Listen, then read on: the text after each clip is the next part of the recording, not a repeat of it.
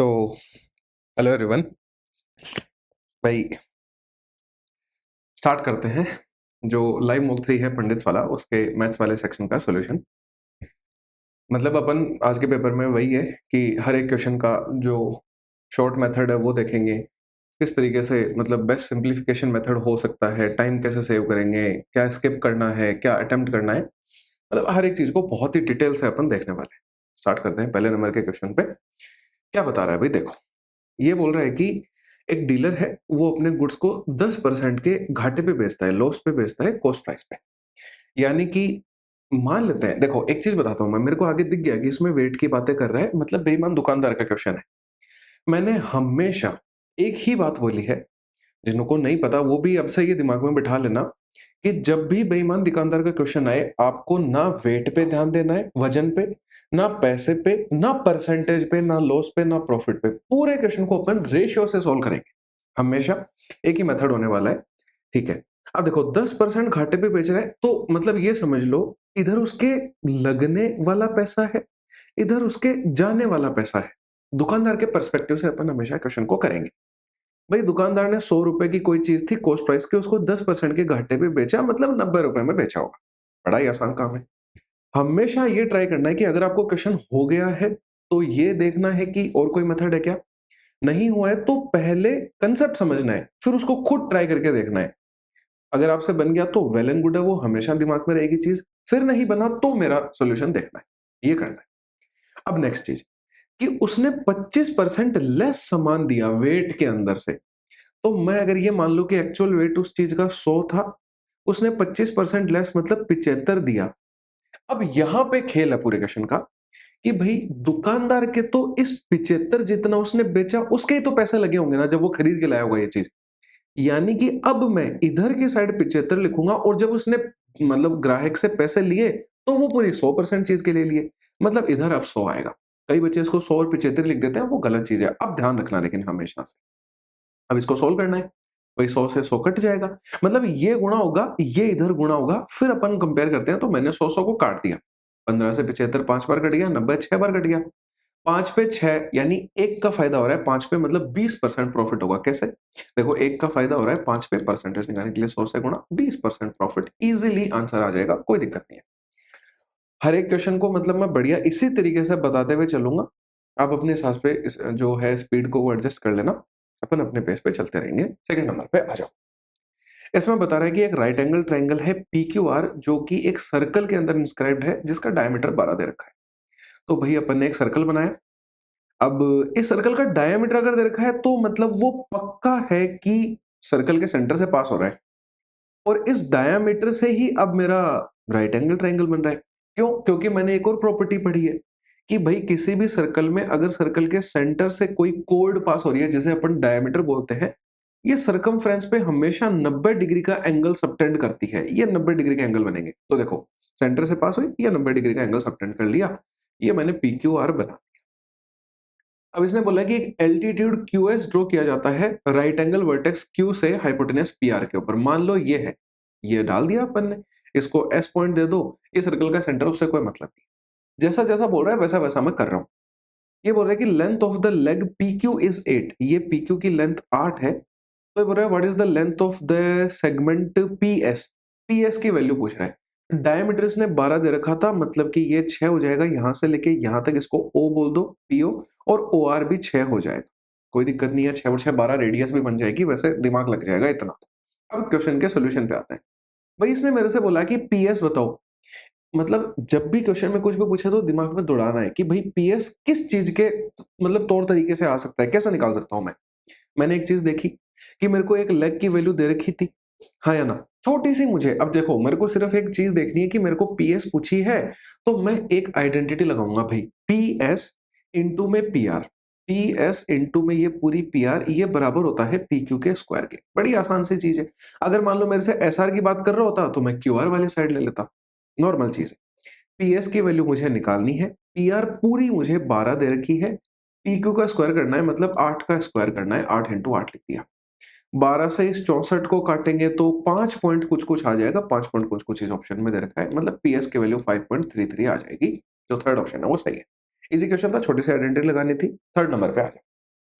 ये क्वेश्चन देखो, what is the value of x पूछ रहा है अपन से। भाई देखो, अब इस क्वेश्चन को करने के दो तरीके हैं।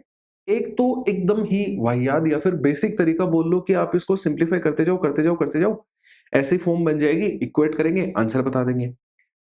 ये वाली भी चलो मैं बता ही देता हूँ, क्योंकि कई बच्चों को ये कैलकुलेशन भी नहीं करने आती। बाकी स्मार्ट अप्रोच या जो इजी अप्रोच है इस क्वेश्चन की, वो क्या होगी कि आप इस 5/8 को ऐसा बनाने की कोशिश करो, वो बेस्ट चीज है।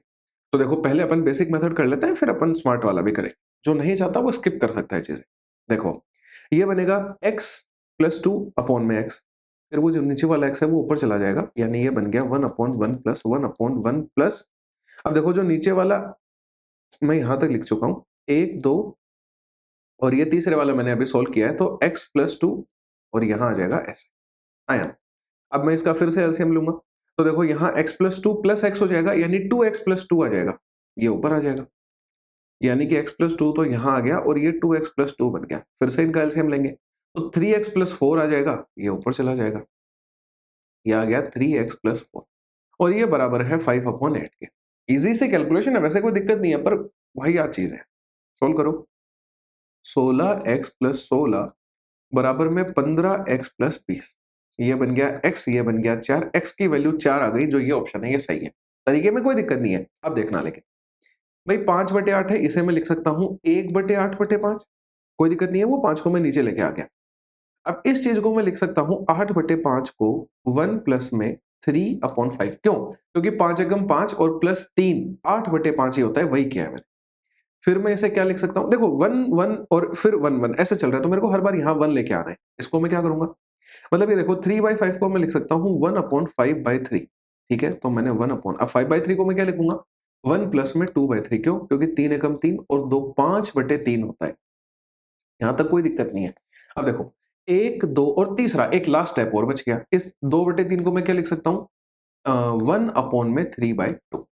इधर दिख नहीं रहा होगा तो मैं यहां कर देता हूं। अब वाला स्टेप क्या है, जो फाइनल स्टेप है अपना, कि 1/1 प्लस 1/1 प्लस, अब देखो ये 1/3/2 था, तो इसे मैं लिख दूंगा 1 प्लस 1/2, कोई दिक्कत नहीं है।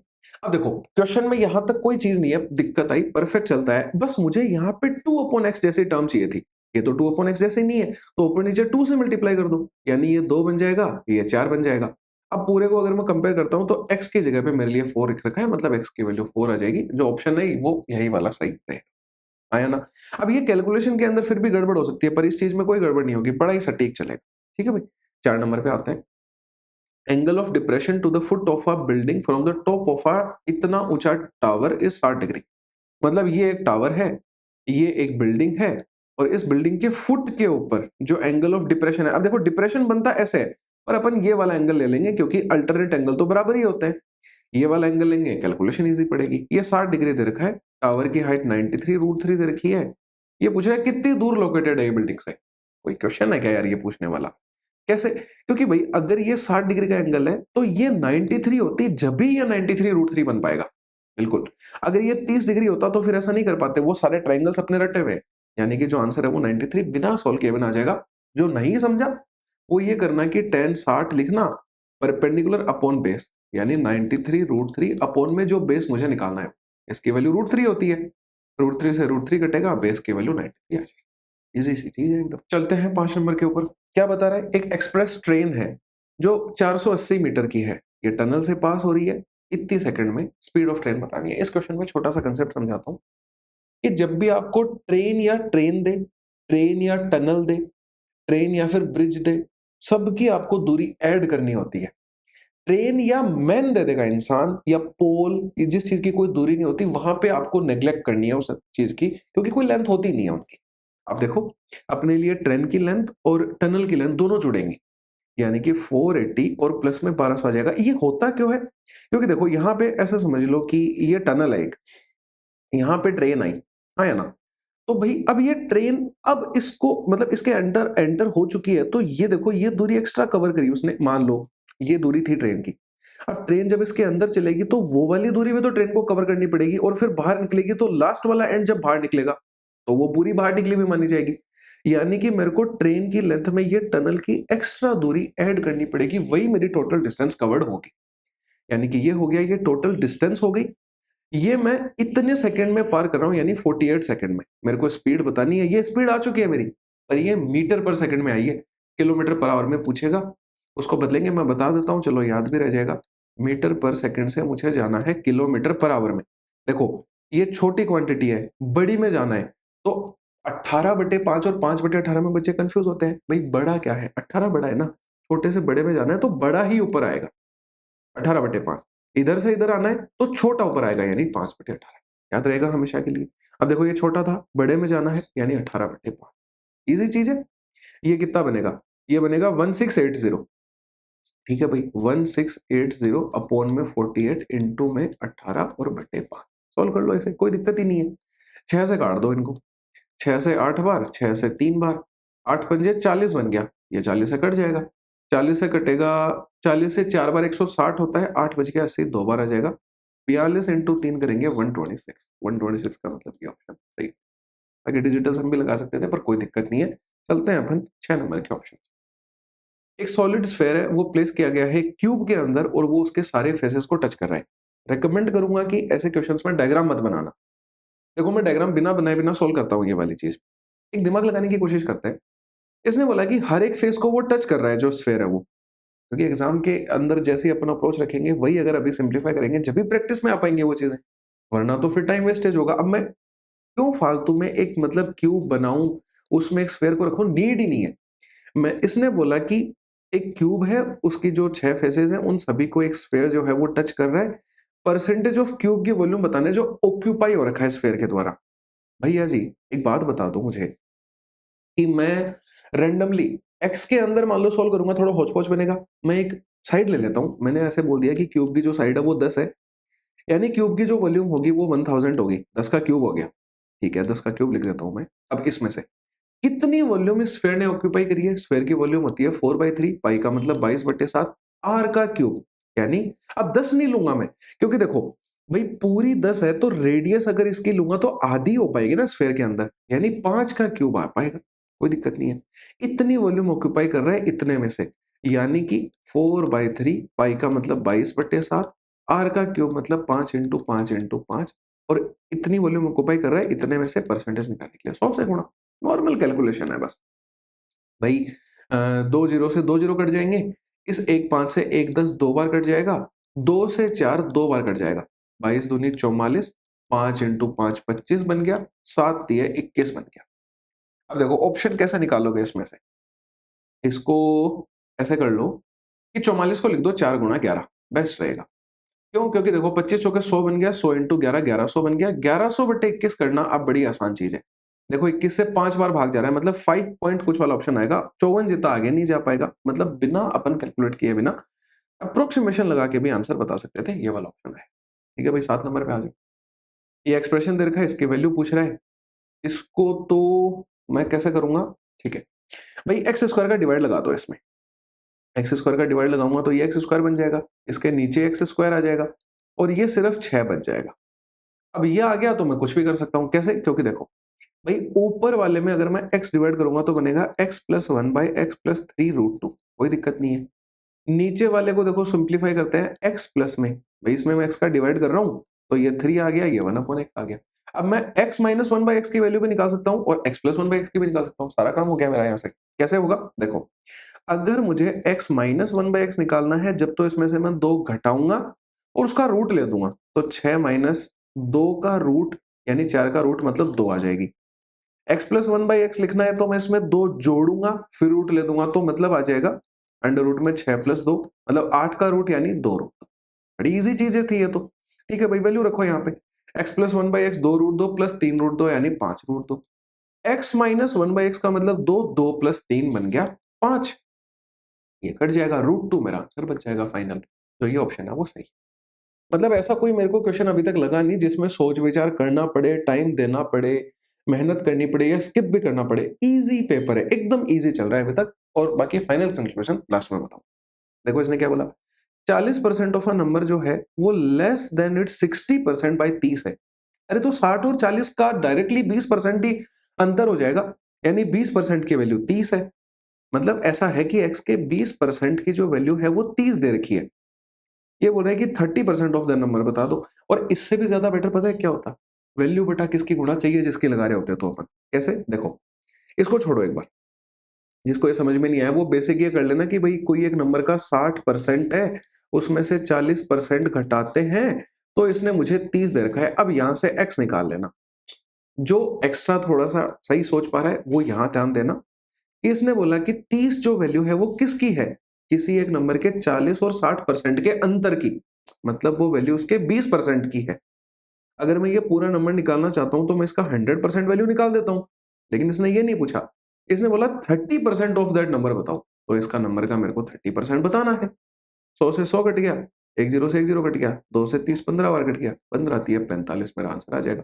इसको भी सोल्व करोगे, जो x आएगा उसका 30% निकाल देना, आंसर 45 ही आएगा। उसमें कोई दिक्कत वाली बात नहीं। ठीक है भाई। 9 नंबर पे चलते हैं। 9 नंबर में क्या बता रहा है? 9 नंबर में बोल रहा है कि एल, बी और पी हैं लेंथ, ब्रेड्थ और पेरीमीटर एक रेक्टेंगल के। तो मतलब मैं यहां से क्या लिख सकता हूं कि लेंथ और ब्रेड्थ और पेरीमीटर में क्या रिलेशन होता है? ये होता है कि twice of length plus breadth करते हैं, यही पेरीमीटर के बराबर होता है। क्योंकि 2 बार लेंथ जुड़ेगी, 2 बार ब्रेड्थ जुड़ेगी, 2 कॉमन निकाल दिया, ये पेरीमीटर के बराबर आ गया। भाई मेरे को इसने क्या बोला कि बी, एल और पी ज्योमेट्रिक प्रोग्रेशन में है। अगर कोई दो चीजें अरिथमेटिक प्रोग्रेशन में होती हैं तो उनको अपन जोड़ के 2 का भाग लगा देते हैं। या फिर अपन ऐसा भी बोल सकते हैं कि उनका डिफरेंस बराबर होता है अरिथमेटिक प्रोग्रेशन में, है ना? ज्योमेट्रिक प्रोग्रेशन में उनकी गुणा बराबर होती है। वैसे तो मैं डायरेक्टली लिख सकता हूं। एक एग्जांपल दे देता हूं कि अगर एबीसी ज्योमेट्रिक प्रोग्रेशन में है मतलब बी स्क्वायर बराबर एसी होगा। लेकिन ये डायरेक्टली आता कहां से है वो तो समझो कि बी बटे एल ये बराबर होगा एल बटे पी के। कोई दिक्कत नहीं है, एल का स्क्वायर बराबर बीपी आ गया। यही चीज मैंने यहाँ पे डायरेक्टली लिखी थी। लेकिन इसको चलो पढ़ा रहने दो, अब आगे जैसे नीड पड़ेगी वैसा देख लेंगे। ये बोल रहा है find the value of L upon B, मतलब एल और बी का रेशियो पूछ रहा है अपन से। मतलब एल और बी में आंसर निकालना है, पी को हटाना पड़ेगा। मैंने ये देखा कि एल स्क्वायर की वैल्यू बीपी के बराबर है। या फिर अपन चाहें तो ऐसा कर लेते हैं, एल स्क्वायर बराबर बीपी दे रखा है ना, इस पी की जगह पे ये वैल्यू रख देते हैं, बेस्ट रहेगा। तो L square is equal to B into, देखो बी इंटू पी था, पी की जगह पे मैं रख रहा हूँ 2 इंटू एल प्लस पी। कोई दिक्कत नहीं है। एल स्क्वायर बराबर में ये 2l बनेगा, बी के साथ गुणा होगा 2l भी आ गया। ये 2b बनेगा, बी के साथ गुणा होगा 2b स्क्वायर आ गया। अब इसमें मैं परफेक्ट स्क्वायर बनाने की कोशिश करता हूँ। मेरा बहुत इजी काम हो जाएगा। कैसे? देखो, एल स्क्वायर है, इसमें से मैं 2l भी इधर लाके घटा देता हूँ। तो ठीक है, एल स्क्वायर में से मैंने 2l भी इधर लाके घटा दिया, बराबर में सिर्फ 2b का स्क्वायर बच गया। अब इधर मुझे एक चीज और चाहिए, b का स्क्वायर चाहिए। मैं ऐसा कर लेता हूँ, इसमें b का स्क्वायर इधर जोड़ देता हूँ, b का स्क्वायर इधर जोड़ देता हूँ। मेरे लिए बेस्ट चीज बनती जा रही है। क्यों? क्योंकि ये बन गया l माइनस बी का होल स्क्वायर, और बराबर में 3b का स्क्वायर है। दोनों तरफ रूट ले लूंगा, यानी l माइनस बी बराबर 3b आ गई। लेकिन 3 के ऊपर रूट लग जाएगा, क्योंकि इनका रूट लूंगा स्क्वायर कटेगा, इसका भी कट जाएगा, इस पे रूट आ जाएगा। मतलब l बराबर b अगर कॉमन लेऊंगा तो रूट 3 प्लस 1 आ गया। यहां से l अपॉन b निकालेंगे तो रूट 3 प्लस 1 अपॉन 1 आ जाएगा, ये वाला। ठीक। मतलब थोड़ा सा इसमें तो मेरे को लग रहा है कि हाँ, सोचना पड़ सकता है, ज्योमेट्रिक प्रोग्रेशन भी किसी के लिए नई चीज हो सकती है, ये वाला दिमाग भी लगाना पड़ेगा। तो इसको चाहो तो आप मार्क फॉर रिव्यू करके आगे बढ़ सकते थे। बाकी तो मतलब इतना कोई मुश्किल नहीं था, इजी ही क्वेश्चन था। ठीक है, 10 नंबर पे आओ। Ratio of age of Sumit और अभिषेक 4:5 दे रखा है। ये सुमित है, ये अभिषेक है। इनका प्रेजेंट एज का रेशियो 4:5 गिवन है। इसने आगे क्या बोला? इसने बोला कि 5 साल पहले इनका रेशियो 7:9 था। 5 साल पहले क्या था? 7:9। मेरे को बस एक बात बता दो आप कि किसी भी इंसान, दो इंसान मान लो, आज उनकी एज का अंतर 10 दिन है, तो आज से 20 साल पहले भी देखोगे तो अंतर 10 दिन ही रहेगा। अंतर हमेशा बराबर रहता है। यहाँ अंतर 1 है तो यहाँ अंतर 2 नहीं हो सकता। बराबर बनाने के लिए इनका अंतर 1 है, उससे इसको गुणा करो तो कोई फर्क नहीं पड़ने वाला। इसका अंतर 2 है, उससे इसको गुणा कर दो, ये 8 बन जाएगा, ये 10 बन जाएगा। यहाँ भी अंतर 2 का, यहाँ भी अंतर 2 का बन गया, मेरा काम हो गया। भाई मेरे लिए तो 1 कम हो रहा है रेशियो में, इसके लिए 5 कम हो रहा है। वैल्यू बटा किसकी? अब चाहिए क्या? प्रेजेंट एजेस ऑफ सुमित चाहिए। मल्टीप्लाइंग फैक्टर एक तरीके से 5 आ गया, ये प्रेजेंट एजेस थी, यानी ये 40 साल का हो जाएगा और ये वाला 50 साल का हो जाएगा। 40 और 50 ऑप्शन ढूंढो एक बार। मतलब कि ऐसा समझ लो कि आज के पेपर में तो 50 आउट ऑफ 50 स्कोर करने वाला सा ही लग रहा है मेरे को, अभी तक देख के तो। 11 नंबर का एक्सटर्नल एंगल ऑफ पॉलीगन। ये आप करो, पहले मैं आपको इसके फॉर्मूलेस बता देता हूँ। भाई इंटरनल एंगल का फॉर्मूला क्या होता है? एन मतलब सम का तो होता है n minus two into 180। Particular angle निकालना है तो n से भाग लगा दो, ये इंटरनल का। एक्सटर्नल पे जाना है, एक्सटर्नल का सम का फॉर्मूला तो 360 होता है, पर्टिकुलर निकालना है n से भाग लगा दो। डायगोनल का फॉर्मूला होता है n into n minus three और होल अपॉन में 2। इजी चीज है। एक्सटर्नल एंगल चॉइस दे रखा है, एक एंगल है तो 360 बटे n बराबर चॉइस होगा, आया ना। यहां से मैं n निकालूंगा, 6 से 4 बार, 6 से 60 बार, ये 15 बार कट गया। n की वैल्यू 15, मतलब जो भी पॉलीगन है वो 15 साइड का है, और इसने डायगोनल पूछे हैं। डायगोनल के लिए ये फॉर्मूला लगा देंगे, क्या दिक्कत है। तो आ जाएगा 15 इंटू 15 माइनस 3 मतलब 12 और बटे 2, यानी 90 जो है वो इसमें डायगोनल हो जाएंगे। तो ये ऑप्शन है वो सही है। ठीक है भाई, 12 नंबर पे आओ। खुद कैलकुलेशन है, एक चीज बस ध्यान रखनी है, वी बोर्ड मास। क्या होता है वी बोर्ड मास भाई? कि bracket of division multiplication addition और सब्ट्रैक्शन, ये तो पता ही है। ये वी वी विनेकुलम होता है, विनेकुलम का मतलब बार होता है, यानी सबसे पहले इसको सोल्व करेंगे फिर आगे की चीज। ये एक एक्स्ट्रा चीज है जो नहीं मतलब नॉलेज में होती है। यहाँ देखो भाई, 56 और 16 को जोड़ो तो 72 आएगा, 24 में से 72 जाएगा तो माइनस का 48 आ गया। 67 में 48 ऐड होगा तो 115 आ जाएगा। 45 में से 115 घटेगा तो माइनस का 70 आ जाएगा, और 37 और 70 जुड़ेंगे तो 107 आ जाएगा। मतलब सोचने वाली बात ही नहीं है। 13 नंबर पे आओ। एक जूस वेंडर है, वो मिक्स करता है प्योर ऑरेंज जूस को पानी के साथ, मतलब पानी मिलाता है ऑरेंज जूस के अंदर। फिर वो मिक्सचर को कॉस्ट प्राइस पे बेचता है, लेकिन इतना प्रॉफिट कमा लेता है। अब ये प्रॉफिट कैसे कमाया उसने?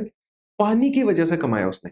और 33 से 1/3 की फ्रैक्शन क्या होती है? 1/3 ही होती है। आगे चलो, इसने बोला कि ratio of pure orange juice to the water in the mixture is, भाई 3:1 होगा ना। सोचने की बात कहाँ है कि भाई प्योर ऑरेंज जूस अगर 3 है और वाटर उसने 1 मिलाया है, जब भी तो उसने 1 का फायदा कमाया 3 के ऊपर, और परसेंटेज निकालने के लिए 100 से गुणा, यही तो 33 से 1/3 होता है। मतलब 3:1 उसका रेशियो आ जाएगा, जो ये सही है। ठीक है भाई, 14 नंबर पे चलते हैं। क्या बता रहा है? एक राइट एंगल ट्राइंगल, ये ट्राइंगल लिखा है एबीसी है, राइट एंगल बी पे दे रखा है। ये राइट एंगल बनाया अपन ने ए, बी और सी। ठीक है भाई, आगे क्या बोल रहा है कि डी और ई मिड पॉइंट्स हैं, यानी डी यहाँ मिड पॉइंट है और ई यहाँ मिड पॉइंट है। इसने बोला ए ई और सी डी को ज्वाइन किया जाता है, ये ज्वाइन करवा दिया, ये ज्वाइन करवा दिया। ठीक है, ए सी 26 दे रखा है, बी सी 24 दे रखा है। भाई 26 24 का 10 के साथ में ट्रिपलेट बनता है। ठीक है, find the ratio of sides A E और सी डी। ए ई और सी डी का रेशियो निकालना है, कोई क्वेश्चन में दम वाली बात ही नहीं है। मैं बताता हूँ क्या सोल्व करना है। भाई अगर आपको ए ई निकालना है, ये राइट एंगल था, तो 10 का स्क्वायर, और ये मिड पॉइंट है, यानी ये 12 12 बन गई। तो 10 का स्क्वायर प्लस 12 का स्क्वायर करेंगे तो ये अपने आप निकल जाएगी। 10 का स्क्वायर 100 होता है, 12 का 144, उसका रूट लूंगा तो ए ई आ जाएगी। इसका रेशियो लेना है। अब डी सी लेनी है, क्योंकि देखो बाद में देखो सी डी डी सी एक ही बात है। अब ये 5 5 बन जाएंगे, तो 5 का स्क्वायर तो हो गया 25, और इसको जोड़ना है 12 का 24 का स्क्वायर 576।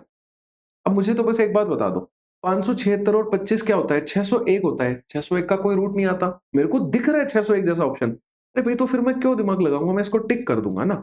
इसलिए आगे मेरे को मेहनत करनी है। बाकी कर लो, ये 244 होता है। 244 को आप क्या लिखोगे? 4 गुणा में 61, 4 का 2 रूट बन जाएगा 2√61, और रेशियो 601 आ जाएगा। ऑप्शन यही है। ठीक है भाई, 15 नंबर पे चलते हैं। एक कंप्यूटर को इतने में बेचा जा रहा है, मतलब ये एसपी है उसकी, और डिस्काउंट दिया गया था इस पे 38% का, मतलब कि 96,875 जो वैल्यू है 62% की। लेकिन मेरे को पूछा क्या है? Mark price. मार्क प्राइस तो भाई 100% होती है अपने आप में। मार्क प्राइस पे डिस्काउंट देते हैं, जब ही सेलिंग प्राइस निकल के आती है। तो आप इस क्वेश्चन को ऐसे भी कर सकते थे, जिनको ये चीजें समझ में नहीं आती, कि मार्क प्राइस जो है वो एक्स थी, उस पे अपन ने 38% का डिस्काउंट दिया, तो ये जो कोई चीज है वो 96,875 की मिली। यहां से भी एक्स निकालोगे, ये इक्वेशन बन पाएगी। इसको सोल्व कर लो भाई। सोल्व करेंगे तो ये 62 से वैसे तो डायरेक्टली कटेगा। अपन इसमें दो काम कर सकते हैं। चलो मैं दोनों बताता हूँ भाई। एग्जाम में मान लो, सबसे पहले तो आपको दिमाग में रखना ही है कि मैं यूनिट डिजिट और डिजिटल सम तो हर क्वेश्चन में अप्लाई करने की कोशिश करूंगा। मैं वही लगाता हूँ यहाँ पे। तो देखो, इस 6 और 2 का डिजिटल सम 8 होता है। 8 को हटाने के लिए 8 से ही मैं इसमें मल्टीप्लाई और डिवाइड कर देता हूँ। क्या फर्क पड़ेगा? कोई नहीं पड़ेगा, लेकिन आंसर आ जाएगा। भाई 6 और 2 का 8 होता है, 8 8 64, 64 का डिजिटल सम 1 बन गया। जिसको डिजिटल समझ में नहीं आ रहा है, वो नेक्स्ट मेथड देख लेना, वो भी काफी इजी पड़ जाएगा। तो नीचे वाली चीजें तो पूरी हट गई, 64 की वजह से 1 बन गया था। ऊपर देखो 9 कट गया, 8 और 7 15 और 5 20 और 6 26 का डिजिटल सम फिर 8 आ गया, अठे अठे 64 64 का डिजिटल सम फिर एक ही आ रहा है, मतलब एक वाला ऑप्शन ढूंढो। देखो 7 और 5 12 और फिर 12, 12 और 12 का 24 का 6 आ रहा है, ये नहीं है ऑप्शन। 6 और 6 12 और 2 14 और 5 19 का 1 आ रहा है। आगे चलते हैं। 6 और 6 12 और 5 17 का 8 आ रहा है, ये नहीं है। 6 और 3 9 और 5 14 का 5 आ रहा है, ये भी नहीं है। मतलब सिर्फ एक ही ऐसा ऑप्शन था जिसमें 1 आया, मतलब यही मेरा आंसर था। डिजिटल सम का तरीका समझ में आ गया। जिनको नहीं आया वो इस तरीके से करेंगे, 96,875 बटे 62 इंटू 100। इसको काटना, कैसे काटना, 2 से काटना। ये 50 बार कटेगा, ये 31 बार। 31 का पहाड़ा बहुत इजी होता है। कैसे, देख लो। 31 से 3 बार 93 आया, फिर 3 बचा 38, एक बार भाग जाएगा, फिर 7 बचा 77, 77 में भाग जाएगा 2 बार 62, फिर 5 बार चला जाएगा 31 और 25 को 50 से गुणा करोगे, ये वाला ऑप्शन मिल जाएगा। तो भैया जी ऐसे कोई बात नहीं है कि आपको डिजिटल सम नहीं आता तो आप फेल ही हो जाओगे। मतलब कि तरीका आसान है, कैलकुलेशन इजी बना देता है, काटाबेटी नहीं करनी पड़ती। देख लेना, समझ लेना, वीडियो बनाई हुई है। 16 नंबर पे आ जाओ।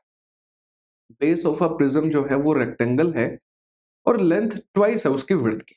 मतलब कि डायग्राम बनाने की नीड नहीं है, बस आपको एक ओवरव्यू के लिए बता रहा हूं। इस तरीके का बनेगा इसका जो चित्र है वो। ठीक है। अब इसने बोला कि पेरीमीटर 36 है। तो देखो अगर ये बी है तो ये 2 बी दे रखी है, हाँ है ना। पेरीमीटर क्या होता है, 2 times of length plus breadth. तो 2b प्लस बी यानी 3b आ जाएगा। ये 36 दे रखा है, 6 से 36 घट गया, बी की वैल्यू 6 आ गई। अगर ये 6 है तो ये 12 बन गया। यहां तक इजी है। ये आगे देखो अब क्या बोल रहे हैं कि प्रिज्म की जो हाइट है वो डिक्रीज कर रही है एक अरिथमेटिक प्रोग्रेशन में। ये वर्ड पढ़ते ही मतलब कि डिक्रीज कर रही है अरिथमेटिक प्रोग्रेशन में और लेयर बन रखी है। मैं इस क्वेश्चन को मार्क फॉर रिव्यू करके लास्ट में ही अटेम्प्ट करता, क्योंकि मेरे को पता चल गया है ऐसे ही क्वेश्चंस में। अभी तक देखो मेरे को ऐसा कोई क्वेश्चन लगा नहीं था। ये वाला क्वेश्चन मैंने इसलिए बोला था जो ये वाला है, क्योंकि वो लास्ट में जाके थोड़ा ऐसा महसूस हुआ, बाकी इतनी कोई बड़ी बात नहीं थी। पर इस क्वेश्चन को पढ़ते ही पता लग रहा है कि ये छोड़ने लायक क्वेश्चन है, या तो छोड़ो या फिर मार्क फॉर रिव्यू कर। ये टाइम वेस्टेज करवाएगा आपका। आंसर अभी अपन निकालेंगे, कोई दिक्कत नहीं है, पर आपको फॉलो ऐसी चीजें करनी है। ठीक है, अब देखो सोल्यूशन क्या है इस चीज का, अपन तो करेंगे अभी। भाई इसने बोला कि जो प्रिज्म की हाइट है वो डिक्रीज कर रही है अरिथमेटिक प्रोग्रेशन में from 16 centimetre in first layer to 10 centimetre in fourth layer. भाई फर्स्ट लेयर को मैं F1 बोल देता हूँ, या फिर L1 मान लो, कुछ भी मान लो। फर्स्ट लेयर जो है वो 10 सेंटीमीटर की है, और जो फोर्थ लेयर है वो, नहीं नहीं, ये 16 है और ये 10 है।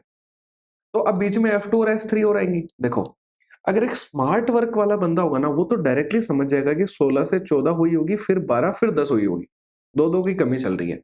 पर भाई ये एक स्मार्ट अप्रोच जो नहीं समझ पा रहा है, जिसकी कैलकुलेशन धीरे है, जो बेसिक नॉलेज जानता है, वो ये तो कर सकता है ना कि किसी भी एपी की फर्स्ट टर्म जो है वो मेरे को दे रखी है और लास्ट टर्म भी मुझे दे रखी है, मेरे को डी निकालना है, निकाल सकते हैं।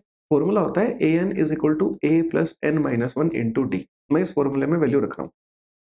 ए एन की वैल्यू कितनी है, अपन ये कलर ले लेते हैं। ए एन मतलब लास्ट टर्म यानी 10। ए की वैल्यू कितनी है, 16। एन माइनस वन मुझे निकालना है, इंटू डी, डी मुझे निकालना है। एन की वैल्यू मेरे को पता है, 4 चीजें हैं, तो 4 माइनस 1 3 बन गया। देखो 10 माइनस 16 माइनस का 6 बनेगा, माइनस 6 बटे 3 करेंगे, माइनस 2 आ जाएगी टी की वैल्यू। माइनस 2 का मतलब 16 माइनस 2 14, 14 माइनस 2 12, 12 माइनस 2 10। कोई दिक्कत नहीं आई। अब इसने क्या बोला कि what is the total volume of the prism. अरे टोटल वॉल्यूम तो जब निकालेंगे जब मैं टोटल हाइट बताऊंगा। ये तो टुकड़ों में हाइट निकाली थी मैंने कि पहला टुकड़ा, फिर दूसरा टुकड़ा, फिर तीसरा टुकड़ा, फिर चौथा टुकड़ा। 16 14 12 और 10 इनको जोड़ दो, तो ये बन जाएगी 16 और 4 20 10 30 40 50 52 हाइट बन गई। अब मेरे पास में सब आ गया। 52 अगर हाइट है, प्रिज्म का फॉर्मूला क्या होता है वॉल्यूम का, ये होता है बेस का एरिया निकालो और उसके हाइट से गुणा कर दो। बेस का एरिया मतलब 12 into 6, length into breadth into ये 52 आ जाएगा। इसको सोल्व कर दो, फिर डिजिटल सम लगा दो। 3 इंटू 6 18 का 9 9 आना चाहिए। 9 का मतलब 6 और 3 9, ये आ रहा है। आगे देखते हैं एक बार। 4 और 4 8 और 7 15 और 3 18, मतलब 9 9 तो सब में चल रहा है, नहीं कर सकते। यूनिट डिजिट देख लो भाई। 6 दूनी 12, 12 का 2 आ गया, 2 दूनी 4, 4 यूनिट डिजिट आएगा। एक ही ऑप्शन में है, टिक करो। मतलब यूनिट डिजिट और डिजिटल सम उंगलियों पे रखो। अब इतनी बड़ी कैलकुलेशन करने से मैं पूरा बच गया। ठीक है भाई। 17 नंबर पे आते हैं। एक रेस है 240 मीटर की। ए ने डिफीट किया बी को 18 मीटर से और 4 सेकंड से। इसका मतलब क्या है कि एक रेस है 240 मीटर की। जब ए वाला बंदा पहुंच जाता है तो बी वाला बंदा इससे 18 मीटर पीछे रह जाता है। या फिर 4 सेकंड का क्या मतलब है कि जो ये 18 मीटर वाली दूरी है वो 4 सेकंड में कवर करता है बी वाला बंदा। मतलब बी की स्पीड निकल गई 18 की दूरी 4 सेकंड में। ये 9/2 यानी 4.5 की स्पीड है बी वाले बंदे की। इसने बोला कि टाइम बताओ बी जो एंटायर लेंथ को खत्म करने में लेगा। भाई 240 मीटर की दूरी है, 4.5 की स्पीड से कवर करेगा, ये टाइम निकल जाएगा। डिस्टेंस अपॉन स्पीड किया है मैंने। ठीक है, सॉल्व करो। पॉइंट हटा दूंगा, एक जीरो आ जाएगा ऊपर। 5 से कटेगा 9 बार, 5 से कटेगा 480 बार। ठीक है, अब इसको काट दो। 9 से 9 45 53। ठीक है, ये आएगा आंसर। कैसे निकाला देखो, 53 एग्जैक्ट नहीं आएगा, ये 53.33 आएगा। इसको सोल्व करके देखना, क्योंकि 9 पंजे 45 के बाद में 30 बचेगा ना, तो 27 आ जाएगा, फिर 30 वो बचता जाएगा, तो 53.33 चलता जाएगा। पर ये ऑप्शन का मोस्ट निकट जो है वो यही है, निकटतम पूर्णांक ही पूछा है। ठीक है भाई। 18 नंबर पे आओ। एक लाइन है वो एक्स एक्सिस को यहाँ इंटरसेक्ट कर रही है, वाई को यहाँ। स्लोप पूछा है, स्लोप एम से रिप्रेजेंट करते हैं। स्लोप का फॉर्मूला होता है y2 माइनस y1 अपॉन में x2 माइनस x1। -6 -0 अपॉन में 0 -4। ये तो बन गया -6, ये -4, मतलब 3/2 आ जाएगा। कोई दिक्कत ही नहीं है स्लोप के अंदर, तो मतलब इससे इजी तो क्वेश्चन क्या ही होगा। 19 नंबर पे आओ। एक एजुकेशनल फंड है 80 लाख रुपए का, वो सिंपल इंटरेस्ट कमाता है 8% एक साल के ऊपर। यानी कि वो क्या 6,40,000 रुपए कमा के दे देगा? कैसे? भाई 80 लाख का अगर मैं 8% निकालूंगा एक साल के लिए, तो देखो 6,40,000 आ गया। पूछा क्या क्वेश्चन में, उस पे चलो आप। इसने बोला कि ये एनुअल इंटरेस्ट जो है वो ग्रांट किया जाता है स्कॉलरशिप में। फर्स्ट और थर्ड स्कॉलरशिप है 2 लाख और 1,40,000 की, मिला के कितनी बन गई? 3,40,000 की बन गई है। इसने बोला कि सेकंड स्कॉलरशिप कितने की है? अरे भाई घटा दो ना, 3 लाख की हो जाएगी जो थर्ड स्कॉलरशिप है। यही पूछा है अपन से क्वेश्चन में। ये तो एकदम, मतलब यार क्या बनाया आज का पेपर, तो क्या ही बोले, मतलब 50 आउट ऑफ 50 वाला पेपर था ये तो। एक रेक्टेंगल है जिसका सेमी पेरीमीटर 130 दे रखा है, मतलब कि ठीक है, और साइड्स जो हैं वो 8:5 में दे रखी हैं। कोई दिक्कत नहीं है। भाई सेमी पेरीमीटर क्या होता है रेक्टेंगल का? मतलब लेंथ प्लस ब्रेड्थ की वैल्यू मुझे 130 दे रखी है, क्योंकि पूरा पेरीमीटर तो 2 इंटू एल प्लस बी होता है। ठीक है, कोई दिक्कत नहीं है। और साइड्स 8:5 है, मतलब कि फिर वही बात, 8 और 5 का जोड़ 13 की वैल्यू 130 है, मल्टीप्लाइंग फैक्टर 10 आ गया। यानी लेंथ तो 80 बन गई, ब्रेड्थ 50 बन गई। हो गया क्वेश्चन सॉल्व। ये बोल रहा है length of diagonal of A square बता दो जो सेम एरिया रखता है इस रेक्टेंगल के जितना। इसका एरिया निकालो पहले। इसका एरिया होगा लेंथ इंटू ब्रेड्थ, मतलब 4000। यही एरिया मेरे स्क्वायर का है। स्क्वायर का एरिया तो साइड का स्क्वायर होता है भैया। ठीक है, देखो ए का स्क्वायर मिल गया। अब अपन को तो साइड पे जाना है, क्योंकि फिर अपन डायगोनल पे जा पाएंगे। तो ए की वैल्यू निकालेंगे, 4000 का रूट लेंगे अपन, तो ये बन जाएगा 4 इंटू 10 इंटू 100। ठीक है, क्योंकि 100 का रूट 10, 4 का रूट 2, यानी 20 रूट 10 आ जाएगी साइड की वैल्यू। पर ये नहीं पूछी, इसने डायगोनल पूछा। डायगोनल होता है √2 साइड का, तो इसका √2 गुणा कर देंगे। √2 देखो गुणा होगा तो 20 बन जाएगा। 20 को अपन लिख सकते हैं 4 गुणा 5, 4 का फिर रूट बाहर निकालेंगे तो 40 √5 आ जाएगा। आप इसको सोल्व करके देख लेना, ये जो ऑप्शन है ये सही हो जाएगा। ठीक है भाई। 21 नंबर पे आ जाए। A thrice as good man as workman as B है, तो मतलब ए बटे बी की एफिशिएंसी का रेशियो 3/1 दे रखा है। इसने बोला टुगेदर ये काम को 36 दिन में कर सकते हैं, तो 36 काम 4 की एफिशिएंसी से, ये टोटल वर्क आ गया। और ये काम मेरे को करवाना किससे है? बी से करवाना है अकेले से। बी की एफिशिएंसी 1 है, 144 दिन ले लेगा। जो ये ऑप्शन है ये सही है। ऐसे क्वेश्चंस में तो मतलब सोच विचार करना ही नहीं होता। देखो टिक मारो, टाइम बचाओ, बाकी सब्जेक्ट्स में टाइम दो। 8,000 लेंड किया जाता है 16% कंपाउंड इंटरेस्ट पे क्वार्टरली।